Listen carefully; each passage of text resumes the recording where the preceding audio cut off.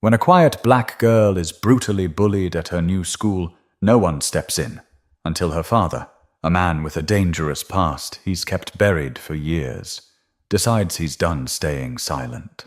Imani Reddick stood by the side entrance of Holston Middle School, holding her backpack strap so tight her fingers ached. She didn't cry. That wasn't her style. She just kept quiet, chin slightly down, watching the flow of kids that didn't even glance her way. She'd learned that being invisible could be safer than being seen. Mobile, Alabama wasn't home. Home was Savannah, or at least it used to be. That old brick apartment with the broken mailbox and the smell of fried fish every Sunday.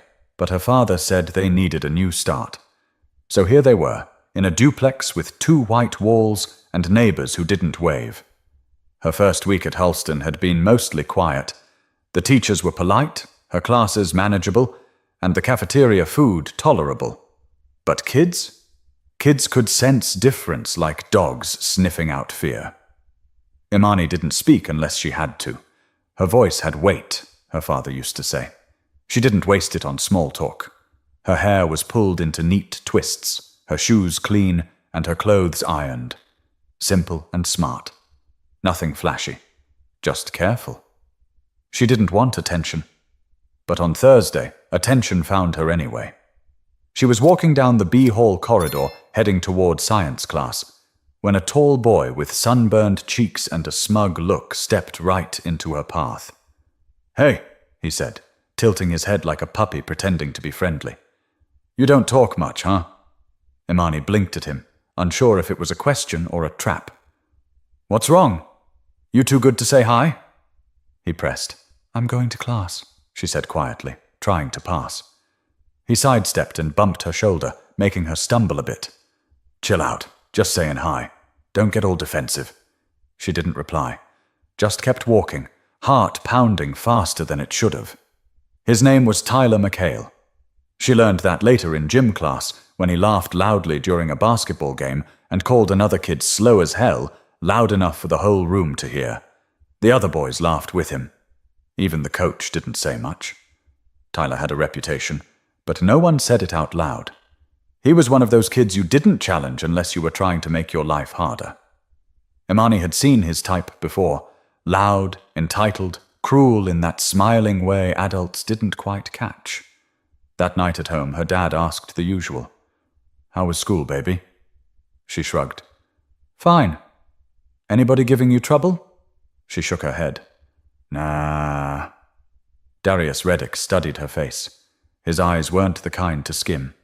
They dug. She met his gaze just long enough, then looked away and started fiddling with her fork. "You know you can tell me anything, right?" he said. "I know." He didn't push. He never did. He believed in giving space. That's what he told her since she was little. A quiet kid ain't weak. They're just waiting on the right time to speak. Imani wanted to believe that still worked. But things at Holston were different. This wasn't Savannah. This wasn't the neighborhood where Miss Charlene looked after her when her dad worked late, or where Mr. Jalen across the street gave her peppermints on Sundays. This place didn't feel like it had people, just moving pieces. On Friday, Tyler walked past her in the lunch line and accidentally knocked her tray sideways. Chicken tenders and mashed potatoes hit the floor. "Oh, my bad," he said with a smirk. "Didn't see you there." Some kids laughed. Others looked away. The cafeteria monitor barely glanced up. Imani squatted to pick up the tray, cheeks burning but her face blank. She said nothing, just cleaned up and moved to the back of the line. Tyler walked away like nothing happened. But it wasn't nothing. Not to her. But that was just the beginning. And the worst hadn't even come yet. By the second week, the cafeteria incident felt like a warm-up. Tyler had made it his mission. Imani didn't know why. Maybe it was because she didn't flinch the way others did. Maybe because she didn't look afraid, even when she was. Whatever it was, Tyler took it as a challenge. It started with whispers behind her in the hallway. Then it turned into mock applause when she answered questions in class. When she scored high on a pop quiz in English, he asked loudly, "What's she trying to prove? Trying to be the teacher's favorite or something?" One day in gym, she was last to be picked for teams. Tyler, standing next to the kid choosing, leaned in and muttered, "She probably don't even sweat like the rest of us. Bet she thinks she's too good to stink." He said it loud enough for 3 other boys to hear. They cracked up. Imani didn't react. Her silence became her defense. But silence sometimes only feeds the fire. By Wednesday, things got physical. She walked into class one morning to find someone had scribbled across her desk in pencil. "Mute monkey." She stared at the words for a few seconds before pulling out her eraser. Her fingers moved slowly. She could hear snickers behind her. That afternoon in the hallway, Tyler brushed past and whispered, "Better get used to it." That night, she came home with a ripped strap on her backpack. Her dad noticed, of course. "What happened?" Darius asked. "It got caught in the locker hinge," she said, not looking up. He didn't speak for a long moment. Then, calmly, "You sure about that?" She nodded. "Yeah." Darius watched her for a few more seconds, lips tight. Then he got up, walked to the kitchen, and pulled open a drawer. He came back with an old sewing kit and started repairing the strap while she sat at the table pretending to do homework. The silence stretched again. Not heavy, just familiar. She knew he was holding back. She also knew he'd wait as long as she needed. But her chest was starting to fill with things she didn't know how to say. Not yet. Friday was the worst so far. In the middle of lunch, Tyler sat down directly across from her, without asking, without a tray. Just his grin. "You don't like talking, huh?" he said, drumming the table with his fingers. "You one of those weird girls?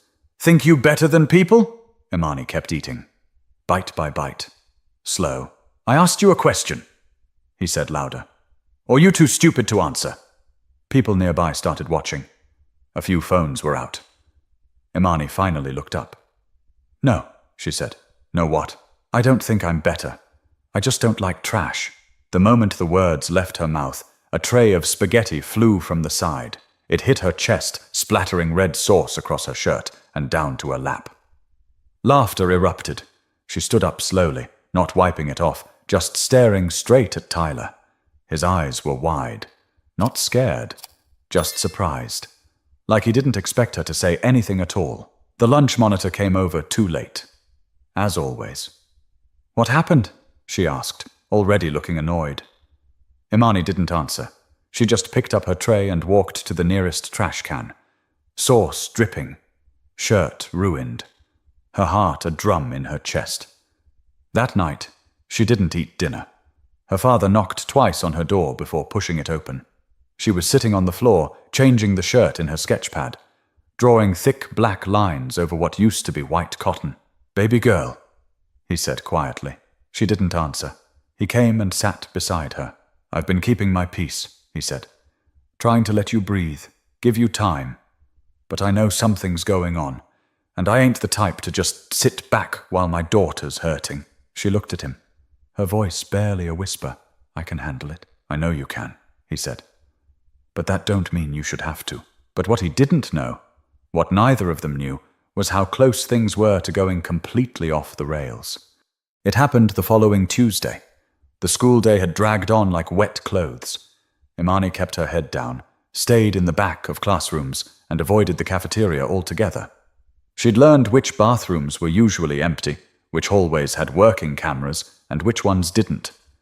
But you can't plan for everything. After 6th period, she was walking down the east hallway. Bare walls, broken lockers, no foot traffic. Her backpack weighed heavier than usual, not from books, but from everything she was carrying inside. Anger, shame, and that quiet thing she couldn't name that sat behind her eyes and made them sting sometimes for no reason. Then she heard it. Footsteps behind her. Fast. She didn't turn, just walked quicker. But then the shove came. Hard. Her shoulder smacked the metal lockers. Her bag slid off her arm and hit the floor. "What's your problem, freak?" Tyler's voice rang out behind her, too loud for the space. Imani turned slowly, breathing through her nose. "I'm not bothering you," she said. "You think you can disrespect me in front of everybody and get away with it?" He stepped closer. "Go away, Tyler." "Or what?" I'll tell someone." "Oh yeah?" He grinned. "Like who? Those teachers that don't even look at you?" "Please." Imani didn't move, didn't blink. Tyler glanced down, then suddenly reached for her backpack. She stepped to block him. Wrong move. He shoved her again, this time with both hands. She lost her balance. Her shoe caught the edge of the wall molding, and her head hit the corner of the locker with a dull, awful sound. She dropped to the ground like her strings had been cut. For a second it went quiet. Even Tyler took a step back. Imani didn't move. Blood started to thread down the side of her face, a single line across her cheek. A janitor down the hall finally turned the corner. His mop froze mid-air. "Hey, what the hell's going on?" he shouted, rushing over. Tyler bolted. The ambulance arrived within minutes. The principal was suddenly everywhere, phone in hand, voice urgent, face pale. The silence they'd given Tyler before, gone. By the time Darius got the call, Imani was already at Springdale Medical Center. The nurse told him she was conscious but needed stitches. A mild concussion, swelling on the left side of her face. He didn't say a word. Just walked into her room, eyes scanning every inch of her like he was memorizing damage. She looked small in the hospital bed. Not fragile. Just smaller than he remembered. She turned her head slowly when she saw him. "I'm sorry," she whispered. That was what broke him. "Don't," he said, kneeling beside the bed. "Don't say that." Her lips trembled. "You told me to tell you when I needed you. I'm here now," he said. "I'm not going anywhere." He sat with her for hours. Barely blinked. Nurses came and went. At one point he asked one of them, gently, how many times the school had called about incidents with Imani. The nurse looked at her chart, then looked back at him. "None." He stared straight ahead after that. When they finally got home, Imani went straight to bed. Darius didn't. He sat in the dark at the kitchen table, hands folded, eyes locked on a spot on the wall. Then he got up, walked to the back closet, and pulled out an old shoebox. Inside was nothing violent. No guns, no knives, just a folded piece of paper, a photo of a man he hadn't seen in 10 years, and a phone number written in fading blue ink. He stared at it for a long time. Then he picked up the phone and dialed. "Yeah?" a voice answered. "It's me," Darius said. The line went silent. "Didn't think I'd ever hear from you again. I need information." "About what?" "A kid. White. 13. Tyler McHale." "Mobile." Another pause. "What's this about?" "He put my daughter in the hospital." Long pause. Then, "Day less." Darius hung up. Didn't exhale. Just stood there in the silence. The part of him he'd buried, deep, deep down, was stirring again. Not angry. Not even violent. Just alert. But making a call like that meant you were opening a door, and once that door opened, things had a way of walking through that you couldn't always send back. 15 years ago, Darius Reddick was known by a different name, Deke. In Savannah, when someone said Deke, people listened. He wasn't loud, and he wasn't reckless. But he got things done. He moved quietly, the kind of quiet that made people nervous. If someone owed, he collected. If someone disappeared, he knew why. He never pulled the trigger himself unless it was personal, and it rarely had to be. Deke wasn't a boss. He didn't want that spotlight. He stood just behind the throne, and that was where the real power lived. But then Marissa got pregnant. She wasn't from the streets. She was studying to be a nurse. Beautiful, straight-talking, and sharp. When she told Darius they were having a child, something shifted in him. He started thinking about legacy, about what his daughter would see when she looked at him, about how many lies it would take to keep her from finding out who he really was. Marissa didn't make it to delivery. There was an accident, a rainy night. A drunk driver. She was gone. Just like that. And suddenly, the only thing Darius had left in the world was a 5-pound baby girl with her mother's eyes. He disappeared after that. Left Savannah. Cut ties. Sold the cars. Buried the cash. Burned the phone. Moved to smaller towns. Took quiet jobs. And kept to himself. For 14 years, he made himself invisible. For Imani. But the phone call he made that night, after seeing her in the hospital, that was the first thread pulled. The man he'd called, Terence, Bug, Nichols, wasn't a friend. Not really. More like someone you used when you needed results without noise. 3 days after the call, Bug sent a message. Tyler McHale, son of Curtis McHale. Mobile PD. Curtis ran a side job for a while, moving product through impounded vehicles. Got busted 5 years ago, but slid out on a technicality. Still wears the badge. Still dirty. Darius sat with that for a while. He didn't want revenge. This wasn't about hurting some kid, but knowing that the father was a man who used his badge to bend people, that was different. That meant Tyler was playing tough because he never saw consequences, because someone had taught him there weren't any. And that made Darius angry in a way he hadn't been in a long time. He drove across town that night, parked a few blocks from an old warehouse by the train yard. Knocked once, then twice, slow. Bug answered, face older, body thicker. But those eyes, still cold. Thought you were out for good, Bug said. I was. Bug gestured for him to come inside. So, what changed? Darius looked around. Metal shelves, old crates, a faint hum of radio static in the corner. I need to scare somebody. Bug raised an eyebrow. Scare. I want the message to land, but no blood. Bug chuckled. That ain't your usual style. I'm not that man anymore. Bug looked at him for a long second, then nodded. All right, I got someone who owes me. Real discreet. Ex-military, now works security. He'll leave a note they'll remember. No threats, no harm. Just presence, Darius said. Bug smirked. You want to haunt the man. Exactly. 2 days later, Curtis McHale came home to find his front door slightly ajar. Inside, nothing was stolen. But every drawer had been opened. His framed awards placed face down, and a single Polaroid photo sat on his recliner, an image of Curtis from 5 years ago, hands cuffed, head down, flanked by officers. On the back, a simple sentence. Your kid is next if mine gets hurt again. Curtis didn't call it in. He knew better.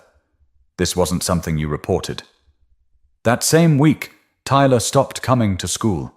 No announcement, no goodbye. Imani noticed his absence but said nothing. She was back in class. Head high.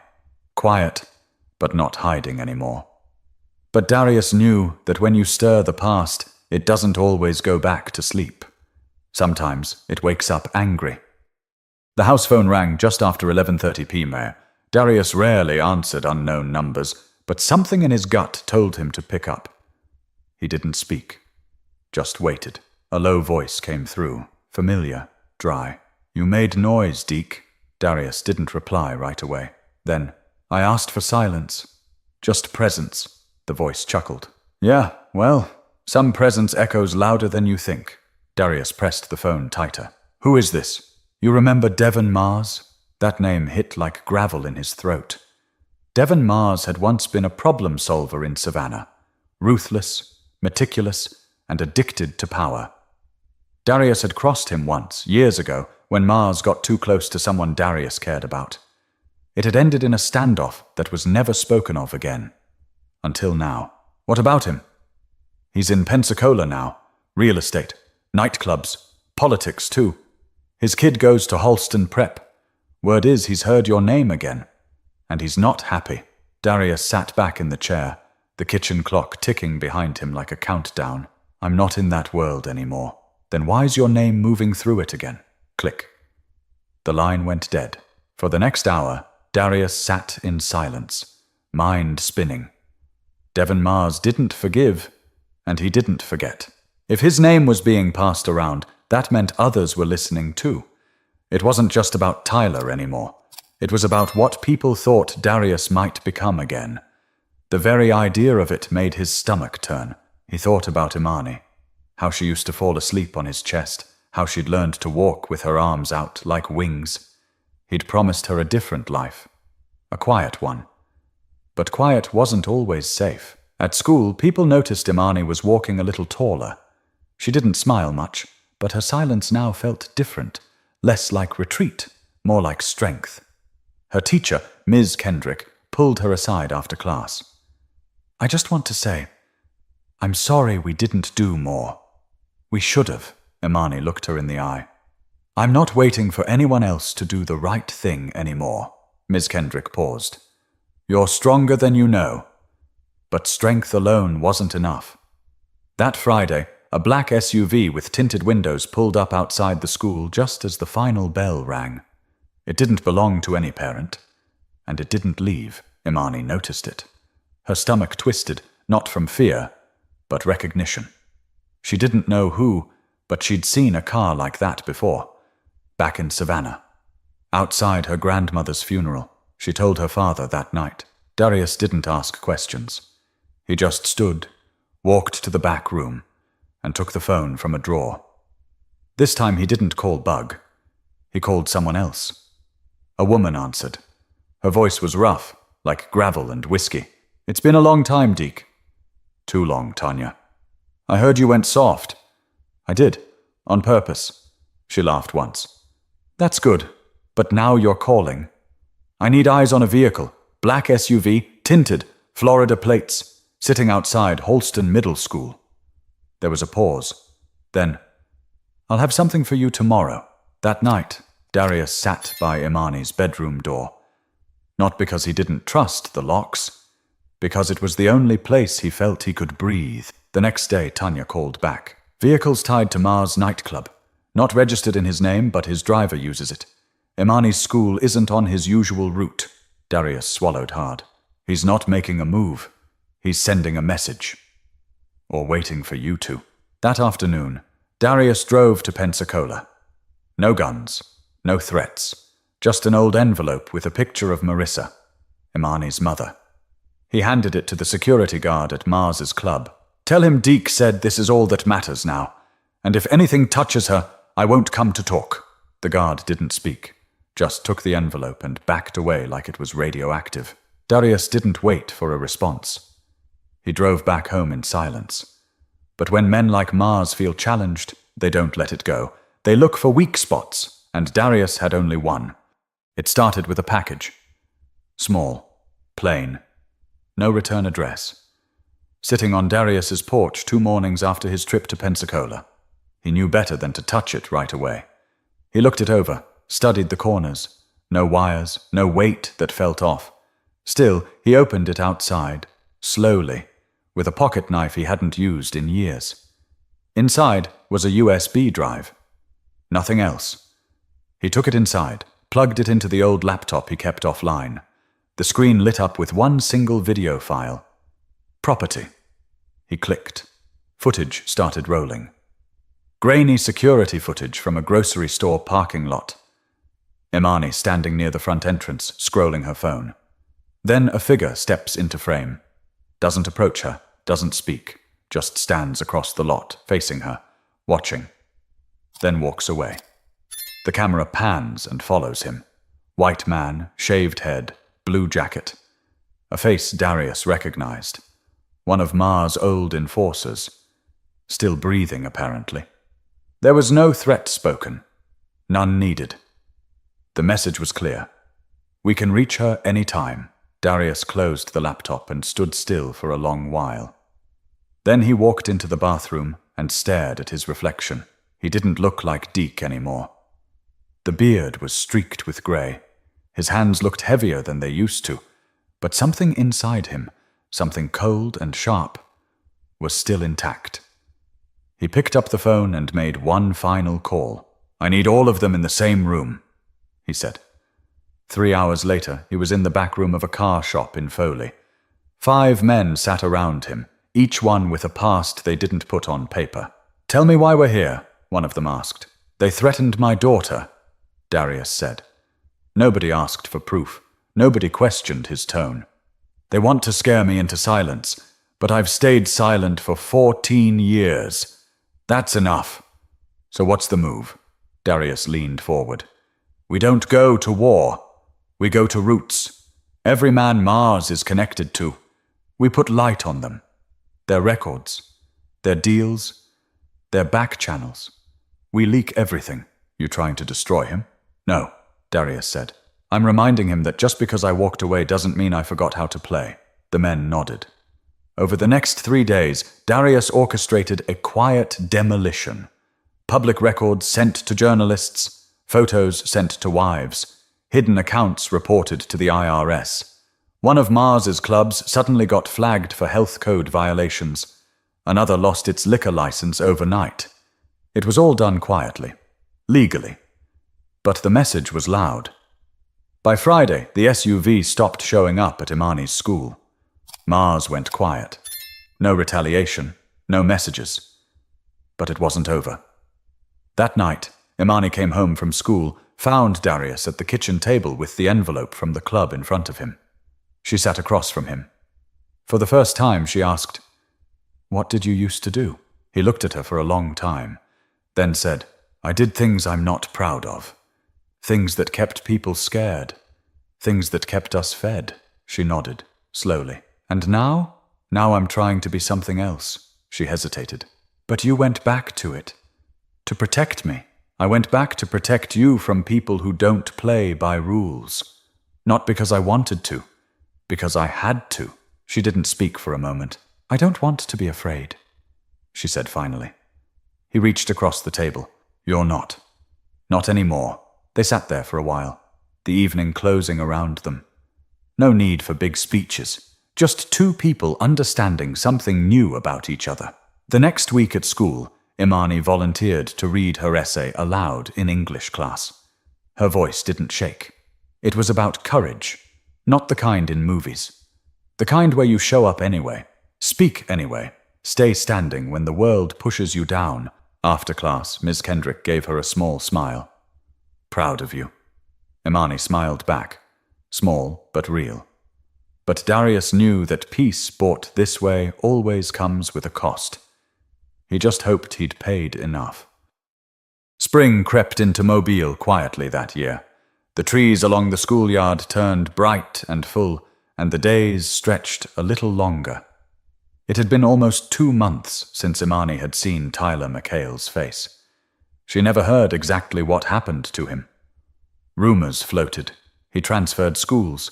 His dad took a leave. His family moved. But no one confirmed anything. And Imani didn't care to ask. She had other things to focus on now. When the school announced the annual student-led assembly, Ms. Kendrick encouraged Imani to take part. Not just attend. Speak. At first she hesitated. But then something in her shifted. A kind of quiet courage, not loud or showy, just steady, like her. So she signed up. When her name was called on the day of the event, the gym fell almost silent. Teachers leaned forward. Students stopped whispering. Imani walked to the podium with her hands at her sides, her notes folded in one pocket, untouched. She looked out over the crowd, rows of students who'd once laughed at her, ignored her, or simply looked away. And she began. "My name is Imani Reddick. A few months ago I didn't want anyone to know my name. I didn't want to be seen. I thought that if I stayed quiet, I'd stay safe." She paused. "But silence doesn't always keep you safe.